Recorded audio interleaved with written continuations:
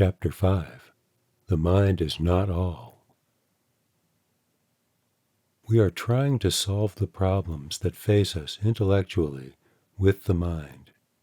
We are somehow convinced that the intellect is the best source, the best instrument in human awareness for the acquisition of knowledge, that it has the capacity to solve all our problems. This belief, however, is erroneous. The problems of life cannot be solved by the thinking process alone. On the contrary, it is because of too much thinking, too much intellectualizing, that we are not able to find solutions to our problems. It has led only to the creation of more problems. Whenever you bring the intellect in, it immediately dissects and analyzes the problem. Where there is only one problem, the intellect will divide it into bits and pieces, into so many other problems. When you divide the reality of the situation, you falsify it, and consequently you go struggling your whole life trying to solve these additional problems created by the intellect. You simply become confused, totally confused. Intellect, and the excessive use of it, always leads to more confusion, and not clarity and certainty. Awareness and intelligence simply become clouded with doubts created by the excessive use of intellect. With the intellect, no problem can be made clear. Your awareness will become more unclear.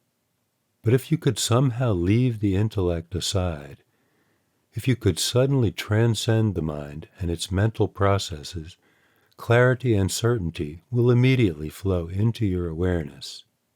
Things will automatically become clear. You will simply know the answers to all your problems, intuitively. But the moment you allow your mind to enter into the problem, the uncertainty, confusion, and frustration are experienced. There is no such thing as a clear mind. Never has been and never will be. It is not the nature of the mind to be so. Mind means division of experience. When you understand the structure of the human mind and intellect, this will then become clear to you. What is intellect? It is the power in human awareness to break experience apart into pieces, the power to analyze, the power to see parts of the whole. This characteristic of the intellect to analyze through reasoning, by breaking things into parts and pieces, is what is responsible for the creation of all our feelings of doubt, uncertainty, and the experience of all our fears.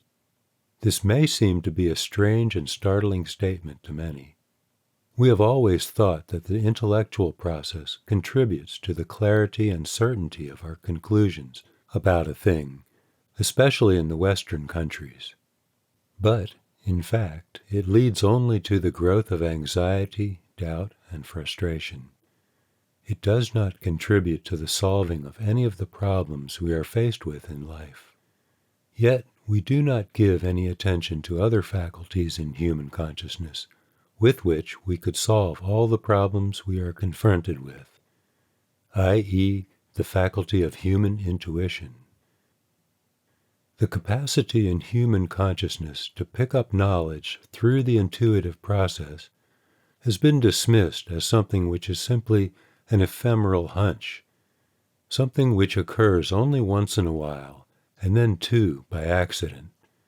There is no educational institution, to the best of my knowledge, anywhere in the world, which scientifically and systematically trains and develops the individual's ability to pick up knowledge through the use of the intuitive process. It is my opinion that if a person is trained in the use of his intuitive faculty, just as he has been trained in the use of logic and the intellect, he could better understand and meet the problems that he will encounter throughout the course of his life. In order to fully appreciate the value of intuition and the contribution it alone is capable of making to the scope of human knowledge, I must define what is meant in terms of the processes in consciousness by the words reason and intuition. They have been used so loosely and with so many different definitions that you can easily become very confused. For an exact understanding of this subject, an exact grasp of such terminology will be necessary. Understanding the meaning of these words, as I will be using them, will enable you at once to understand exactly what is being explained. It will facilitate the transfer of a great deal of knowledge concerning the proper roles of reason and intuition in the quest for knowledge.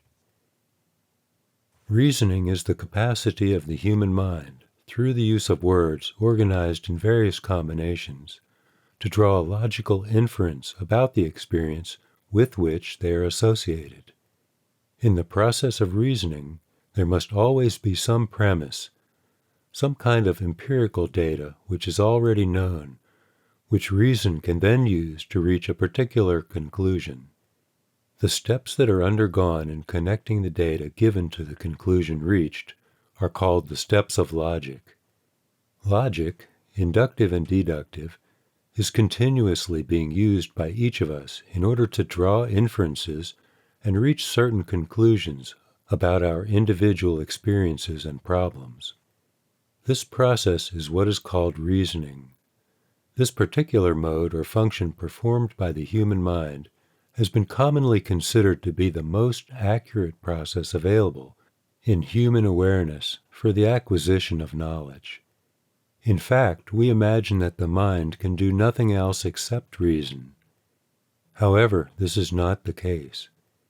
There are three parts and functions being performed by the human mind. I must add, in passing, that this classification is being made only for the purpose of understanding the mental process being performed by the mind. Please do not take them too seriously. Mind is not something material, and therefore can have no parts. I am just using this kind of model for the sake of simplifying the analysis of the mental processes generated by the mind in human consciousness. What, then, are these three parts and functions of the human mind? The lowest part and function of the mind is called sensing. The sensing part of the mind picks up the elements of sense perceptions coming through the physical body and gives them meaning. It does nothing else but absorb whatever is being picked up through the physical sensory system, i.e., through our eyes, ears, nose, and so on. Please remember that the frames of experience which are coming through the physical senses, in themselves, have no meaning to us unless the mind interprets them. It is a very strange thing to notice, but if you are merely shown images of what the eyes see, or the few sounds that the ears hear, and so on, it would make no sense to you at all. It is the lowest part and function of the mind which receives these elements of perception, puts them together, and adds meaning to them. The cognition of sense perceptions constitutes the function of the lowest part of the human mind, called sensing. Above this sensing part of the mind is the intellect. Intellect is that part of the human mind which does reasoning and thinking, which makes inferences through the use of logic. This area of the mind is functioning 24 hours a day, from birth until death. This part of the mind is functioning every minute that we are alive, whether awake or asleep. We have already made a detailed examination of the excessive use of the intellect, and almost all of our activities in life are being guided by the knowledge generated by this part of the human mind. Above this part of the mind is the third and highest part. This upper part is called the creative part of the mind.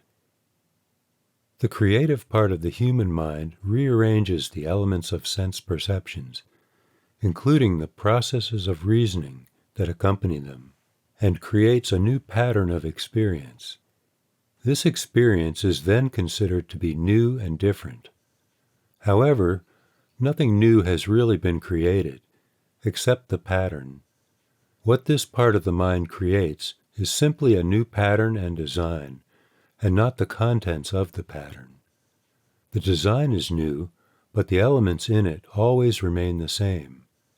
It is this higher part of the human mind which performs the function of creative thinking that manifests itself in the form of art, music, poetry, etc. These, then, are the three broad functions of the human mind: sensing, reasoning, and creativity.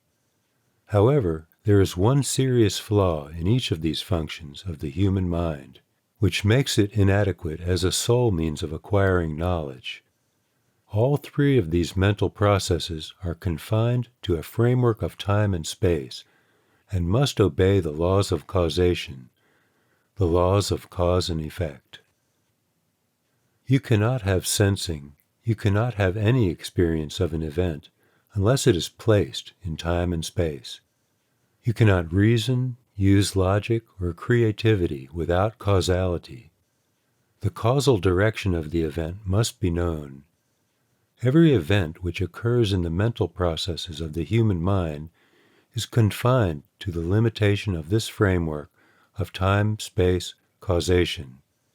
This particular feature of the operation of the human mind has prompted many philosophers, both in the East and West, to suggest that there is, in fact, no such thing as the mind per se, that when consciousness operates within this time-space causality framework, it is called mind.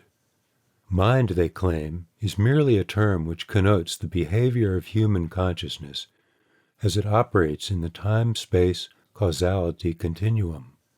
In order to fully appreciate the significance of what is indicated by this revelation, I will briefly recapitulate the structure of human awareness.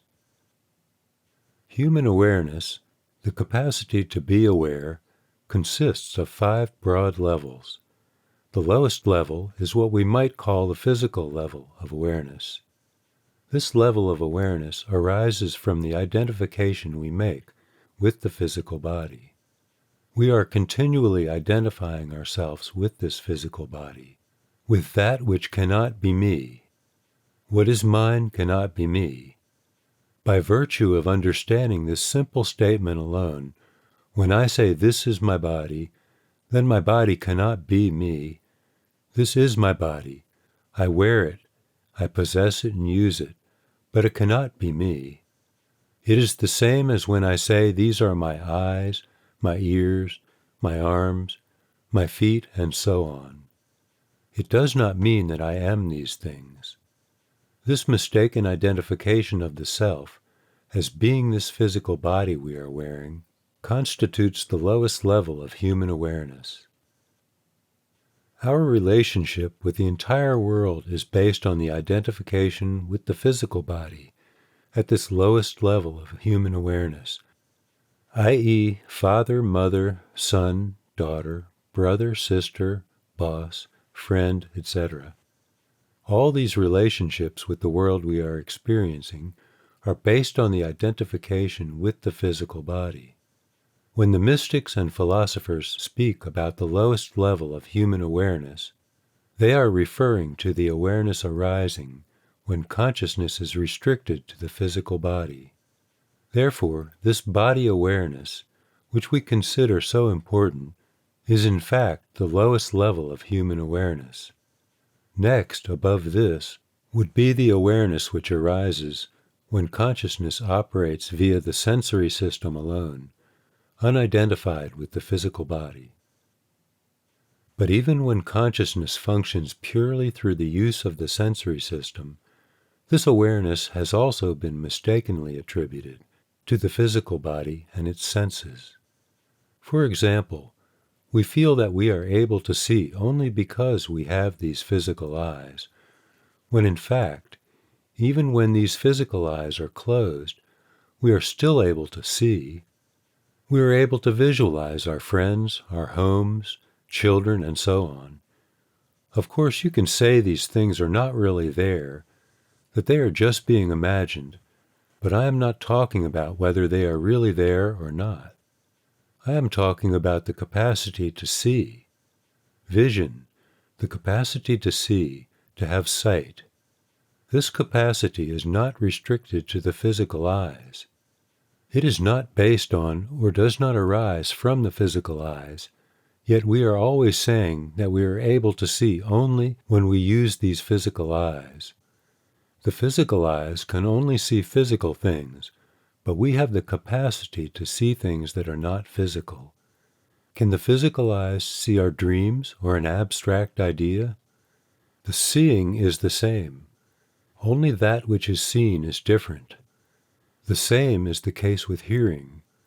We feel we can only hear through the use of the physical ears, when, in fact, we are hearing without the physical ears all the time, 24 hours a day. We are listening to our own thoughts. How else can we know what we are thinking? These physical ears do not hear these thoughts. Yet, is the experience and quality of this hearing any different? No. Therefore, the capacity to listen or to hear is independent of the physical ears.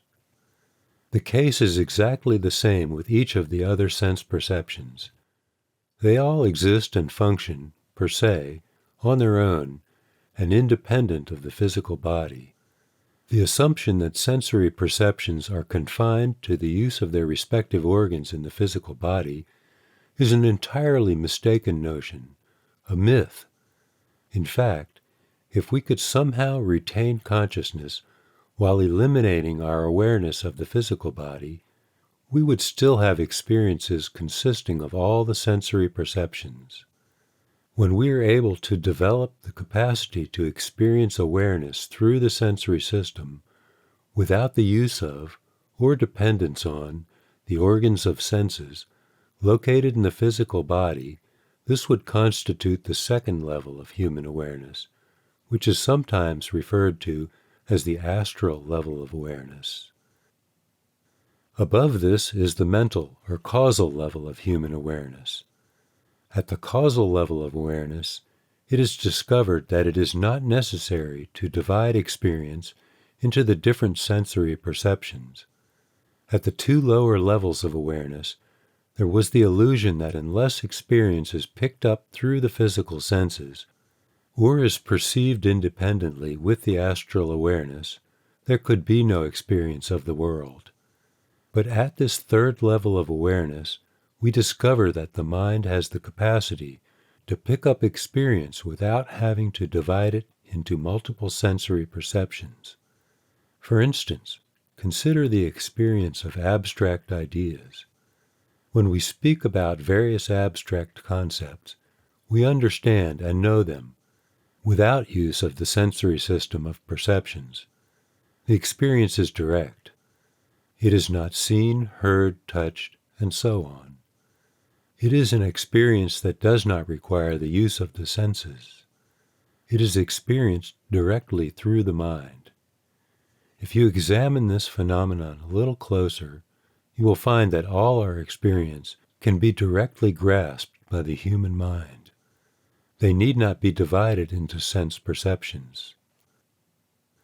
We have become accustomed to using only the sensory system in order to experience the world. Therefore, we make the erroneous assumption that it is the sensory system which enables us to have the experience of the world around us. A much more complete experience of the world becomes available to human consciousness when we are able to function at this third level of awareness.